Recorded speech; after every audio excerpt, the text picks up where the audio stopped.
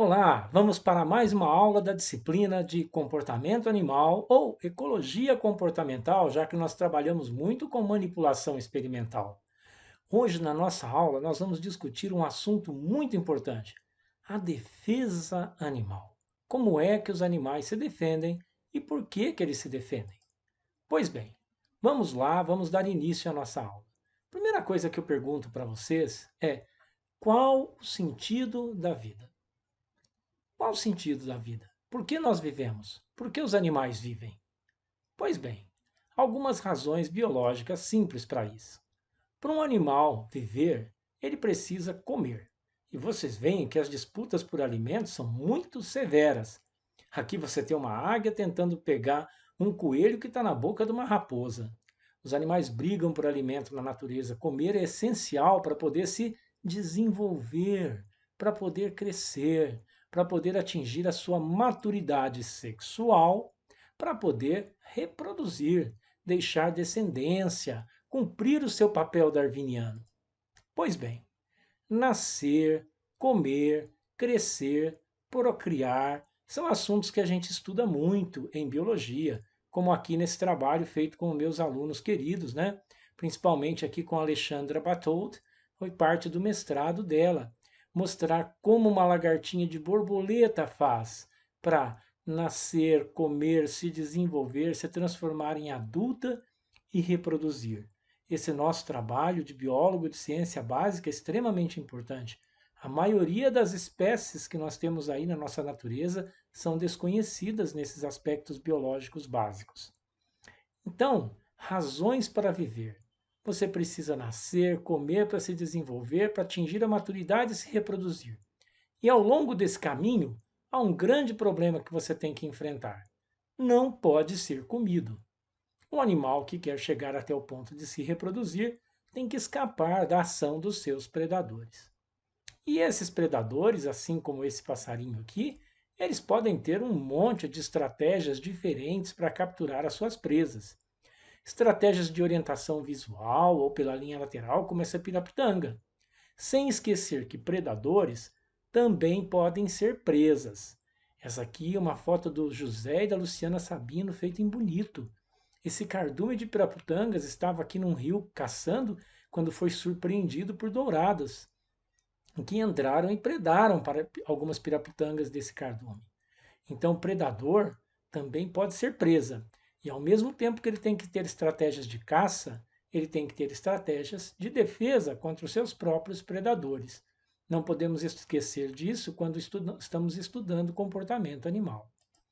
Pois bem, a caça ativa ou caça visual é muito comum na natureza, especialmente empregada por grandes mamíferos, por vertebrados em geral, mas principalmente por mamíferos e aves. O animal sai à procura visual, muitas vezes, para tentar encontrar a presa da qual vai se alimentar. Essa caça ativa também pode ser química, como muitas espécies de formigas que encontram uma presa em potencial, um conjunto dessas presas de alimento e marcam um caminho químico até o seu ninho, recrutando companheiras que podem ajudá-las nessa tarefa.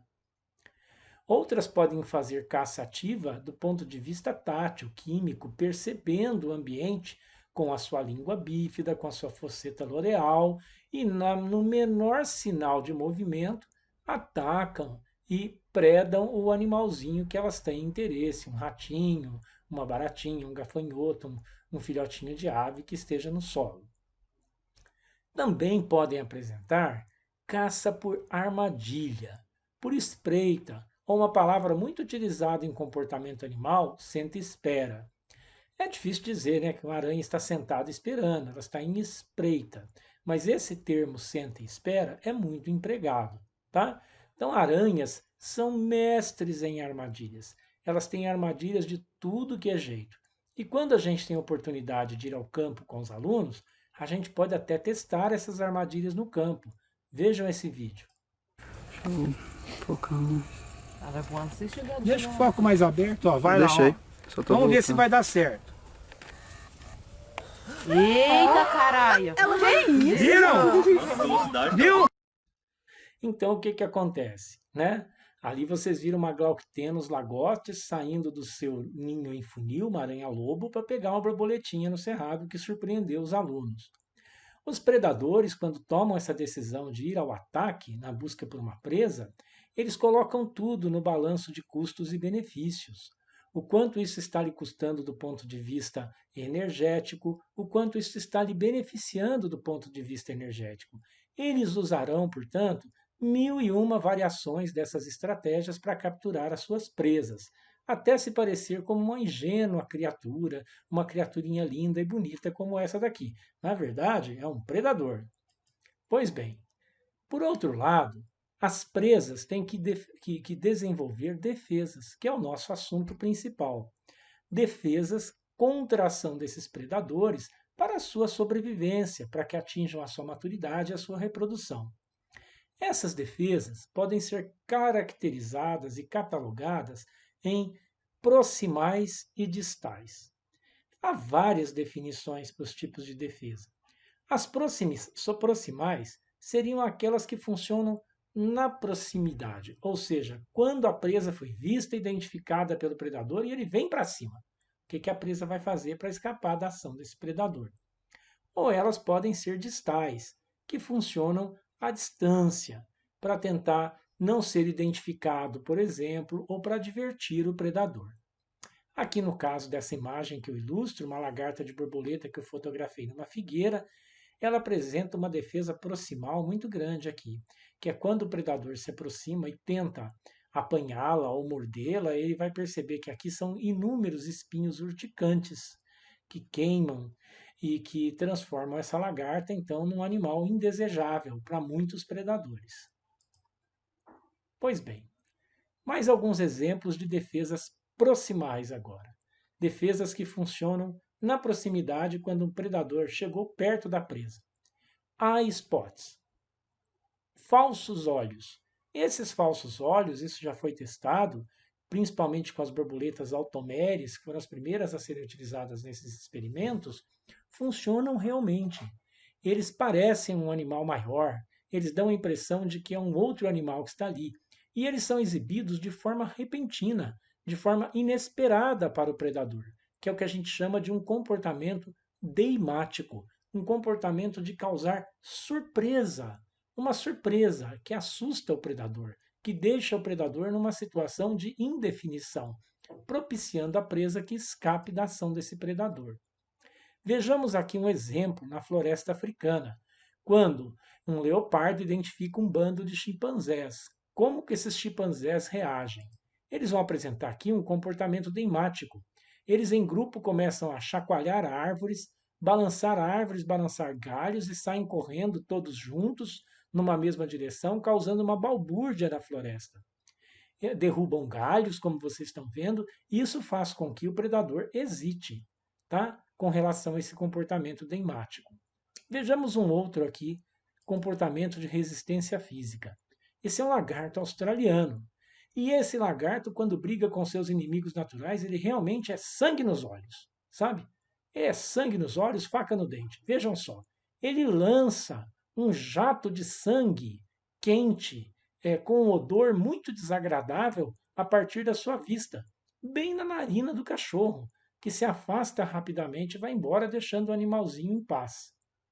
Então, isto também é um exemplo de resistência física proximal, um comportamento deimático que causa surpresa, que assusta, que afugenta o predador. Alguns pesquisadores trabalham muito e incansavelmente para tentar desvendar o objetivo de alguns comportamentos que são muito estranhos que a gente observa na natureza. Porque os predadores têm estratégias distintas para capturar as presas e as presas também têm estratégias distintas para escapar da ação dos seus predadores. Um exemplo que eu gosto de usar muito é o exemplo das gazelas de Thompson. Essas gazelas na floresta africana, como vocês podem ver, elas têm um comportamento de saltar e exibir um tufo de pelos brancos que elas têm no rabinho. Muito bem. Esse comportamento, vou repetir aqui para vocês, é chamado de strutting behavior. Ele foi identificado lá pela década de 70, mais ou menos, por pesquisadores, muitos pesquisadores ingleses, que resolveram estudar, investigar esse comportamento dessas gazelas na savana africana. E eles então começaram a pensar: por que será que a gazela faz isso? Dá um salto com as suas perninhas juntas e exibe esse pompom branco no ar, não é mesmo? Vieram muitas hipóteses na cabeça dos pesquisadores. E eles fizeram um teste de hipóteses múltiplas alternativas. Vou explicar o que é isso, que a gente usa muito em comportamento e ecologia comportamental, principalmente. Eles elaboraram mais ou menos 11 hipóteses, descartaram a maioria delas, que eram óbvias que não seriam verdadeiras. Centraram em 4 que pareciam que faziam mais sentido. A primeira delas foi de sinal de alarme. Uma gazela, ao identificar a presença do predador, em geral um chita ou um leopardo ou uma leoa, ela avisaria o seu grupo da presença do predador. Um sinal de alarme. E aí o predador a presa pode se dispersar, por exemplo, cada um corre para um lado, e isso causa uma confusão danada, podia ajudar no escape da predação. Então vejamos bem, se o sinal de alarme é verdadeiro, uma gazela solitária não deve fazê-lo, porque uma gazela sozinha pulando, se isso não é um sinal de alarme para todo mundo, o chita vai pensar: é uma louca, né, uma doida, vou pegar ela e vou comer. Uma gazela em grupo, ela deve fazer, porque ela faz, outros vão identificar o predador também, vão saber da direção em que ele vem vindo, desculpem, e também vão fazer esse comportamento, vão exibir esse comportamento. Ela vai direcionar o rabinho para o predador? Não. Ela tem que direcionar o rabinho para quem? Para outras companheiras, para avisar: olha, gente, eu vi um gatinho, olha, eu vi um gatinho. Tá certo? Uma outra hipótese seria a coesão social. Se juntar, formar um grupo coeso para enfrentar um predador, é muito útil, muito interessante. Muitos mamíferos das savanas fazem isso. Se vocês lembrarem, foi assim que o malvado Scar atraiu o Simba para um desfiladeiro e tocou junto com as suas hienas amigas aquela manada de animais, acho que eram gnus, para cima do Simba, e o Mufasa, o papai do Simba, foi lá defendê-lo e acabou pisoteado e morto, não é?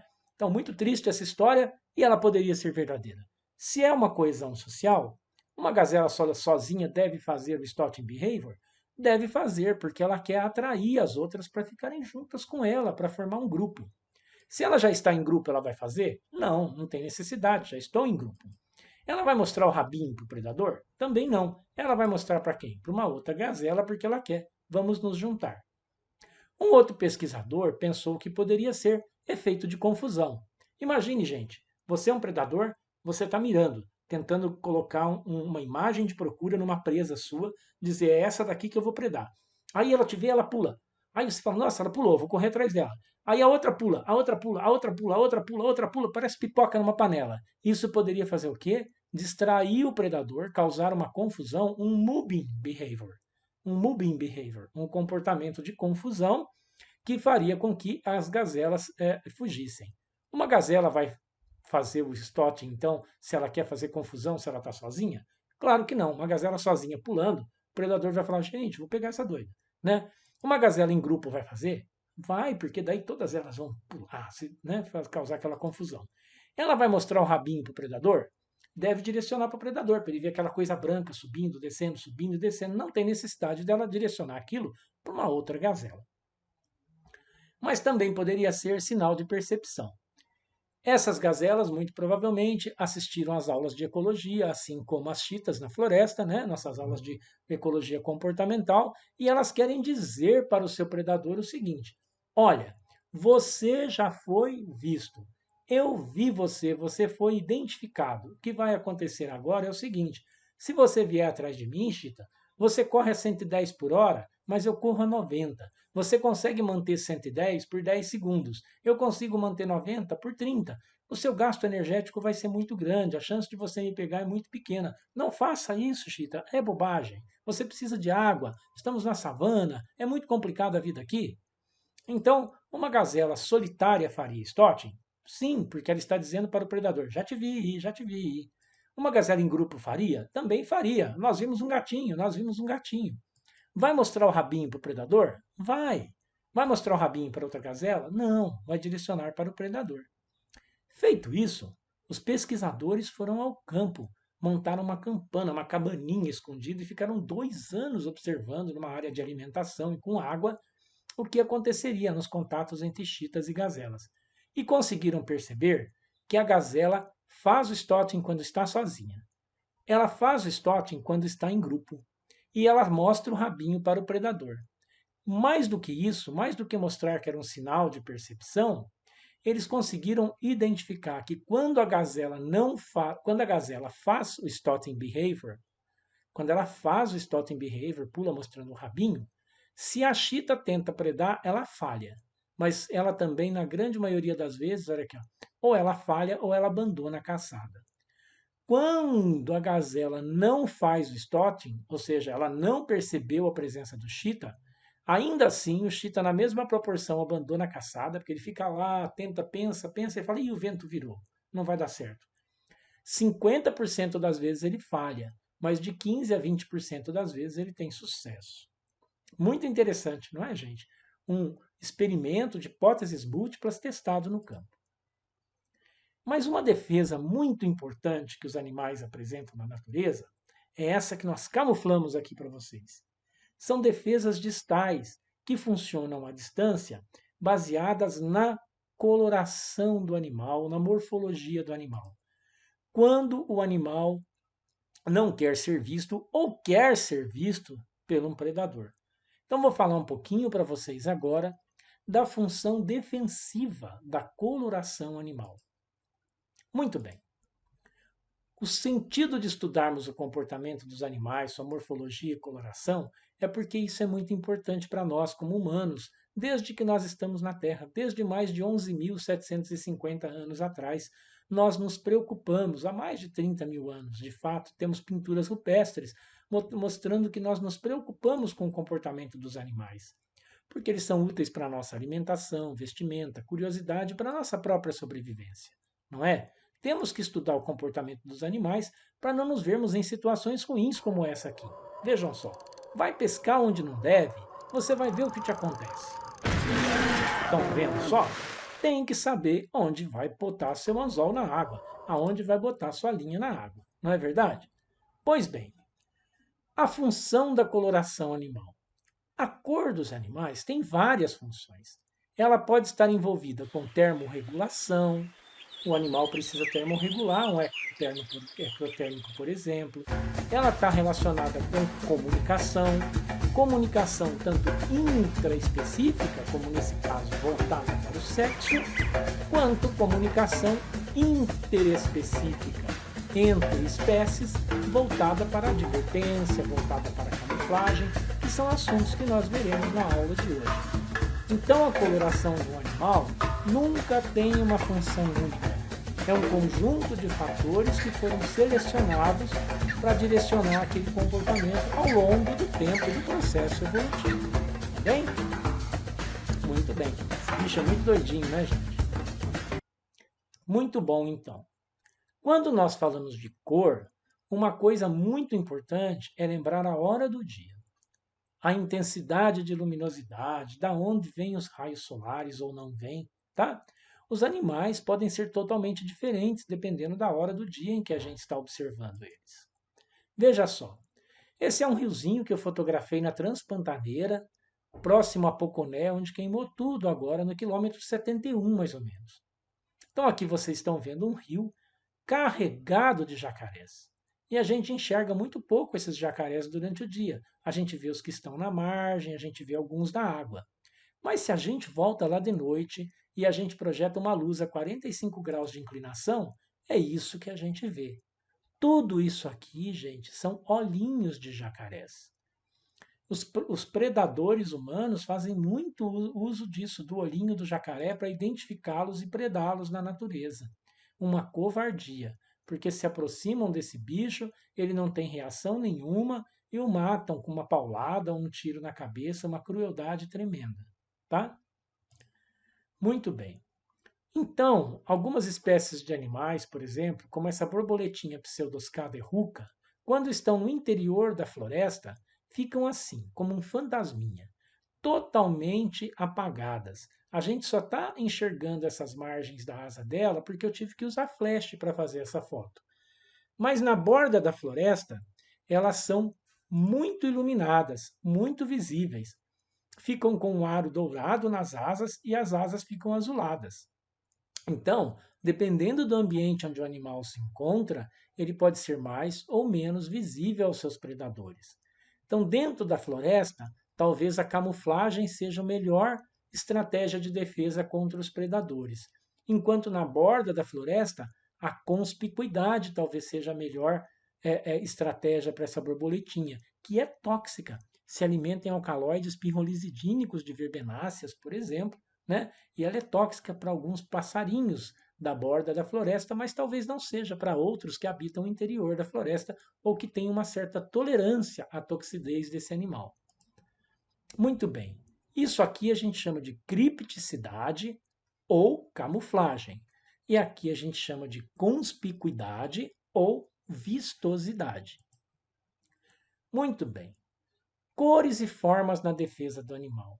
Aqui nós temos uma serpentezinha da fronteira do Brasil com a Bolívia, uma leptodeira.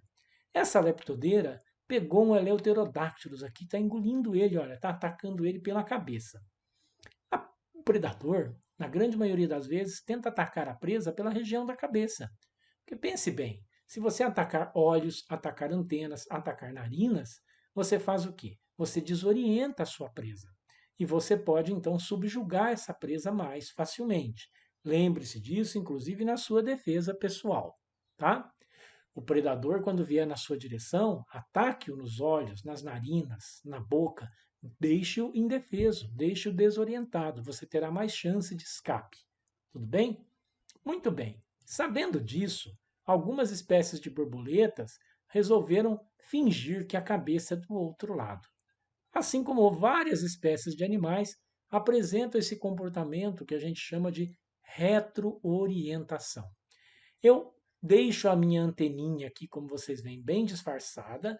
Eu faço uma falsa antena, que são rabinhos que eu fico mexendo, e eu tenho uma coloração nas minhas asas que não deixa eu ver direitinho que as nervuras estão convergindo aqui para o tórax.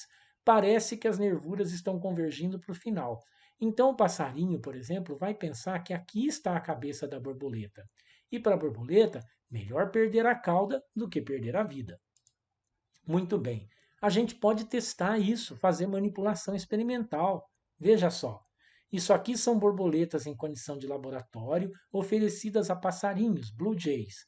E o que o pessoal fez? Pintou falsas nervuras e colou um falso rabinho na borboleta e soltou no cativeiro com os passarinhos. Olha a porcentagem de escape, olha como o escape é significativamente maior em quem tem a retroorientação do que quem não tem. Então, os controles acabaram sendo mais predados. Coloração disruptiva, ou seja, uma coloração que quebra o contorno do corpo do animal, é uma outra estratégia muito interessante. Você dificulta a sua localização no campo e aumenta a sua camuflagem. Isso aqui é um exemplo de camuflagem. Vamos ver se vocês encontram aqui uma mamãe papagaio dando alimento para o seu filhotinho. Obviamente, eu fiz uma arte com vocês. Tirei os animaizinhos do centro da minha foto, que a gente sempre põe no centro para fotografar, né? E coloquei na borda da foto. Voltando à foto original, vocês estão vendo aqui a mamãe papagaio alimentando o filhotinho papagaio. Então, esse tipo de comportamento, quando um animal está críptico ou camuflado, é quando o seu padrão de coloração o confunde com o padrão de coloração do background, do pano de fundo do substrato ambiental onde ele se encontra. Vejam esse exemplo lindo dessa coruja no oco de uma árvore. Olhem quantos milhares de anos de evolução, possivelmente, para que você tivesse uma coruja aqui, ó, muito, totalmente camuflada, como se fosse parte das cascas dessa árvore. Muito interessante. A coloração de camuflagem com a quebra de coloração, tornando-a disruptiva, mais difícil ainda de perceber. Exemplos típicos disso são estudados há mais de 1,5 de anos na Inglaterra. As Biston betularia, as mariposas originárias da Revolução Industrial Inglesa. Então aqui a gente tem uma forma melânica e aqui a gente tem a forma típica. Nas áreas não poluídas, a forma típica fica mais camuflada do que a melânica. Na área poluída, a melânica fica mais camuflada do que a típica. Os pesquisadores monitoram isso na Inglaterra, fazem experimentos com isso ao longo do tempo e fazem acompanhamento, como nesse trabalho aqui, olha, um trabalho bacana disso, um trabalho clássico do Clark e Shepard de 1966. Veja bem, borboletas aqui coladas, pregadas, né, no tronco ou na junção do tronco da planta, em área poluída e em área não poluída. Muito bem, esta aqui é a forma típica, essa aqui é a forma melânica. Na área poluída, quem é mais comido, independente do local em que está na planta? A forma típica, porque ela perde a camuflagem. Na área não poluída, quem é mais comido? A forma melânica, porque ela perde a sua camuflagem da poluição, a sua camuflagem do carbono nas cascas das árvores. Então, na área não poluída, a forma típica é que sobrevive mais. Muito bem. Outros exemplos a gente tem, por exemplo, como esse pequeno hemíptero aqui, um membracídio, né? Que ele faz um casaquinho de fezes e sujeira que ele joga em cima dele. Um predador, quando ele procura por presas, ele está procurando por quê? Está procurando por carne. Ele não procura por tronco, ele não procura por pedra, ele não procura por cocô.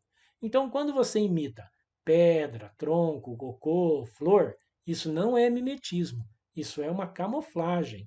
Alguns pesquisadores, como Heitenmeyer, num trabalho de 1970, chama isso de semelhanças protetivas especiais. Eu indico muito vocês lerem um livro antigo da década de 70, mas muito bacana, Mimicry, do Wickler, e um outro livro importantíssimo do professor Malcolm Edmonds, chamado Defense in Animals. São livros muito importantes, clássicos da literatura para quem gosta desse assunto. Tá? Então aqui um outro trabalho de manipulação experimental, onde deixaram o hemípterozinho, né, o membracídio com o seu casaquinho de cocô, aqui onde tiraram apenas as fezes de cima e aqui onde deixaram o hemípterozinho peladinho. O que acontece? Sem o casaquinho de cocô, ele é prontamente atacado e comido. Com o casaquinho de cocô, ele fica protegido, porque ele fica camuflado. Ele tem um aspecto que não interessa para os predadores. Aqui nós temos uma colega, Lucélia Nobre Carvalho, professora da Universidade Federal do Mato Grosso, campus Sinop, com um trabalho extremamente interessante em riachos da Amazônia. Reparem que ela está aqui utilizando uma roupinha de neoprene na Amazônia. Por quê? Fora da água, um calor tremendo. Dentro desses riachos, muito frio para você poder ficar lá bastante tempo fazendo observações, como ela faz de peixinhos. E peixinhos que mudam a sua coloração dependendo do substrato onde estão. Olha os peixinhos dela. Quando ele está num substrato cheio de folhinhas verdes rajadas, ele é verde rajadinho. Quando ele está em folhas mais verdes amareladas, ele fica verde amareladinho. Mas a mudança pode ser drástica quando ele está próximo a raízes ou quando ele está próximo a áreas de pedras com musgos, com aquele tipo de ferrugem na pedra. Olhem que interessante. Os animais podem, inclusive, mudar de coloração para aperfeiçoar sua camuflagem, para ficarem mais escondidos no ambiente no qual eles se encontram. E são trabalhos que todos nós podemos fazer. Defesa animal baseada na camuflagem, para mim, é impressionante. Veja Seleuterodactylus, que parece uma folha seca no chão da floresta. Olha, é incrível, não é, gente? Ou quando a gente vê esse sapinho aqui da Serra do Cipó. Estão vendo o sapo? Está bem no meio da foto, mas é difícil você ver, porque você é um animal orientado visualmente. Imagine que você fosse um bicho voando. Entre essa pedra grande aqui, onde tem uma fissura, e a pedra de baixo, tem mais ou menos 1,5 metro de altura. E o sapinho está aqui, ó. Está aqui. Quando a gente olha ele de lado, como se a gente fosse uma serpente procurando por ele, aí nós vamos encontrar esse animal que está aqui, ó, camuflado com uma coloração disruptiva muito semelhante aos musgos, aos líquens que estão presentes nessa pedra. Bonito, né, gente? E esse é um sapo relativamente grande. Muito bem. Há outros exemplos que nos assustam demais, como por exemplo esse aqui que é presa e predador. Esse é um mantódio, um louva-a-Deus. A gente vê esse louva-a-Deus aqui na ponta de ramos de folhas que estão assim até mal cheirosos. Isso atrai mariposas. Então essa ninfa de louva-a-Deus fica aqui, ó, com seu abdômen, com as suas perninhas, né, com a sua cabeça, esperando a aproximação de uma borboletinha para se alimentar dessa borboletinha que é atraída pelo cheiro desagradável dessas folhinhas aqui e também escondido da ação dos seus próprios predadores. Quando esse animal cresce, ele fica desse jeito. Ele parece uma folha seca e, inclusive, se movimenta lentamente pela folhagem com o balançar das folhas, com o balançar do vento. Muito bonito, olhem aqui a cabeça com a perna e a asa dele. Tem até uma ferrugem aqui na folha. Tá vendo? É uma folha viva. Perfeito, não é, gente? Isto também é camuflagem. Não existe mimetismo de folha. Mimetismo é quando um animal imita outro animal, já vamos ver isso. Olha essa mariposa, gente. Essa mariposa amarela aqui, ela é fantástica. Eu só pude vê-la, fotografá-la, porque durante o dia eu pisei no chão da floresta e ela voou na Serra do Japi. Aí eu peguei com o pulsar, levei para o laboratório e fiz a fotografia. Muito bonita, não é mesmo? Aqui tem as antenas dela, aqui o corpinho dela, aqui as asas justapostas. Aqui dá para ver a separação da primeira, da segunda, do segundo par de asas. Muito bonita. E essa aqui agora? Essa é uma borboleta do cerrado. Acharam ela, gente? Vamos lá, procura um pouquinho. Ah, você consegue. Procura. Olha com calma. Você é um predador experiente. E eu já dei para você uma imagem de procura. A imagem de procura, aquela que você tem formada de uma presa. Eu disse para você que isso é uma borboleta. Então não falei que é um sapo, não falei que é um besouro, não falei que é um macaco. Eu já disse para você aquilo que você tem uma imagem de procura. Uma imagem de procura para borboletas e mariposas. Mas eu te mostrei uma amarelinha no slide anterior. Então eu te enganei, porque essa aqui não é amarelinha. Essa aqui é a amarronzada, como uma folha seca mesmo. Que é isso, professor? O senhor está mentindo. Isso aí não é uma mariposa, não é uma borboleta. É sim. Olha ela em destaque aqui. Ela tem até o sinal de uma herbivoria nas suas asas. Vejam só, que fantástico é esse animal aqui da nossa vegetação de cerrado. Muito bem. E esse lagarto, então, gente? Esse lagarto folha seca? Olha aqui, que coisa incrível. Até o olho dele fica camuflado. Então, camuflagem é uma estratégia magnífica na natureza, que funciona tanto para os predadores quanto para as presas. Aqui nós temos uma aranha chamada Epícrates ornatus, uma aranha nossa, tropical, que gosta muito da Mata Atlântica, mas ocorre em uma ampla região do nosso país. A arainha está aqui. Quando a gente vê ela em destaque, olha aqui essa aranha, no meio das folhinhas brancas, tá? Ela é um tomizídeo, uma aranha dessas que se alimentam de borboletas. A primeira vez que eu vi essa aranha foi na Serra do Japi. Ela estava sobre uma melastomatácea. Quando eu me aproximei para fazer a foto, ela abriu assim, olhem só, as perninhas como se fosse me atacar. Como eu sou meio aracnofóbico, né, tenho medo de aranha, até imaginei me afastar e não continuar a foto. Por sorte eu fiquei e dei mais um clique, e uma mariposa mergulhou para o voo da morte. Foi atraída por essa aranha no meio das plantas ali, no meio de florzinhas, confundiu ela com uma flor e serviu de alimento para essa Epícrates ornatus. Incrível, não é, gente? Pois bem, e essa aranha, ela ainda pode mudar de cor, olha, ela pode ter outras cores dependendo da flor onde ela se encontra. Quem diz que toda aranha é feia, não é, gente? Cheia de pernas e que te assusta. Olha essa daqui, linda, amarela, muito bonita, em malpighiáceas. E olha essa outra aqui, cor-de-rosa, lilás com cor-de-rosa, em tibuchina, gente. Olha só, é em quaresmeira. Muito legal, não é? Muito bacana a camuflagem dos animais e as possibilidades que eles apresentam da gente conhecer a natureza, da gente se apaixonar cada vez mais pela natureza. Mas ao contrário desses animais que querem estar escondidinhos, camuflados, que não querem ser vistos, querem se confundir com pedras, com paus, com flores, tem outros como esses aqui que fazem questão de ser muito visíveis, que fazem questão de falar, oh, cheguei, estou aqui. Esse tipo de coloração é o que a gente chama de coloração vistosa, coloração conspícua. Um colega nosso, chamado Henry Walter Bates, descobriu isso em borboletas e propôs que essas borboletas seriam animais tóxicos. Ele propôs isso num trabalho que ele demorou mais ou menos 10 anos para fazer, trabalhando na floresta amazônica, onde ele teve em contato, inclusive, com Alfred Russel Wallace em viagens com ele por lá, entre 1856, 55 até 1862 aproximadamente.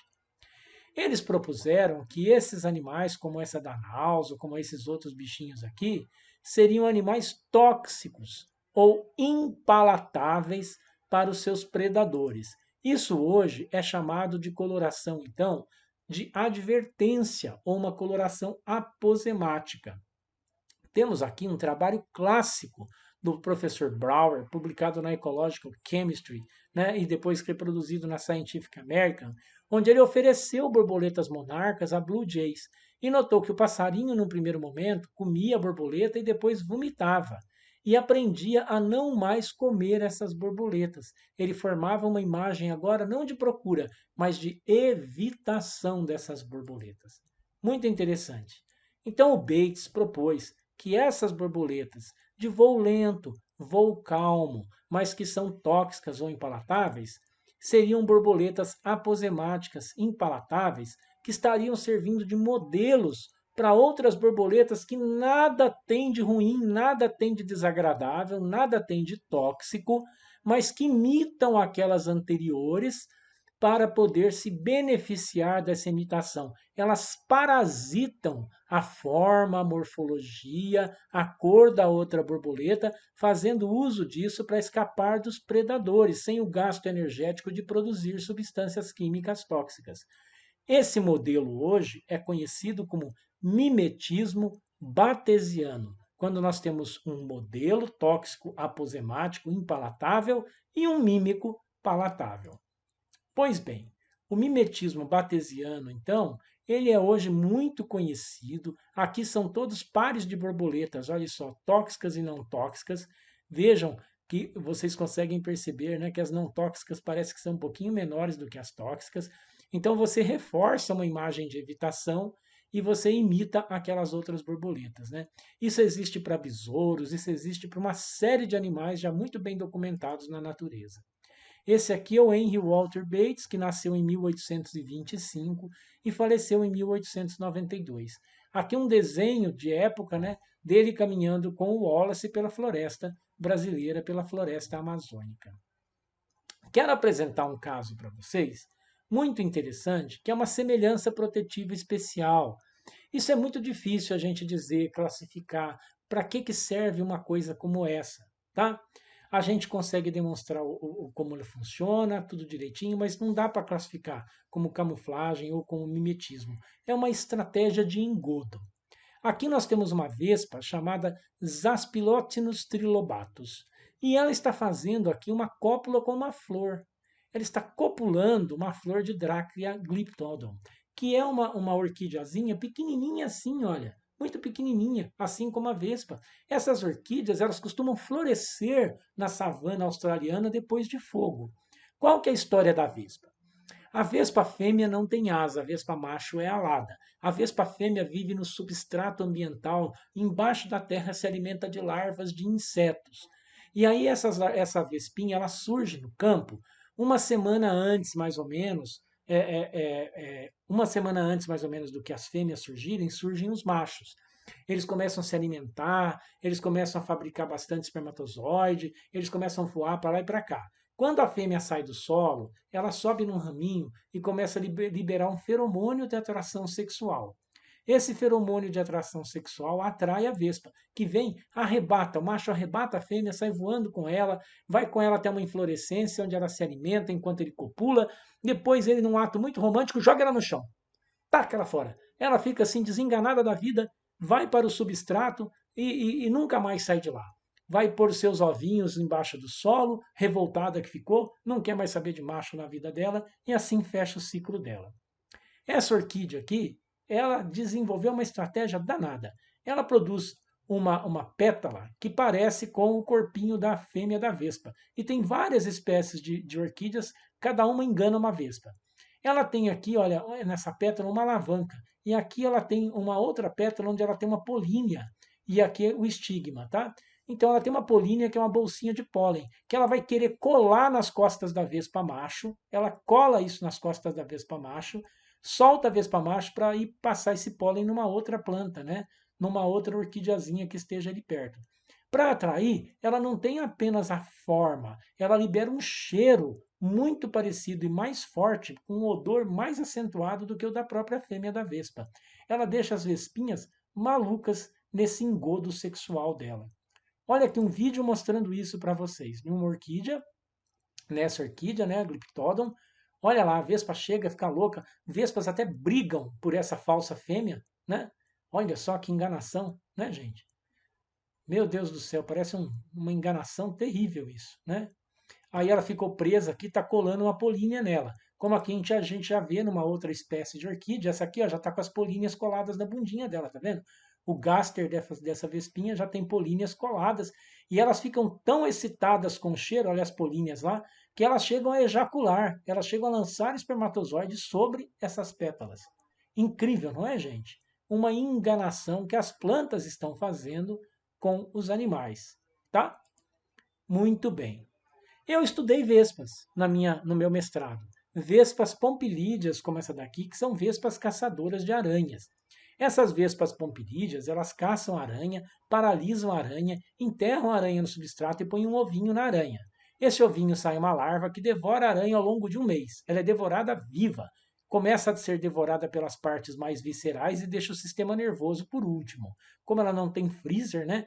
Ela paralisa a aranha e vai comendo aos poucos. Uma morte terrível.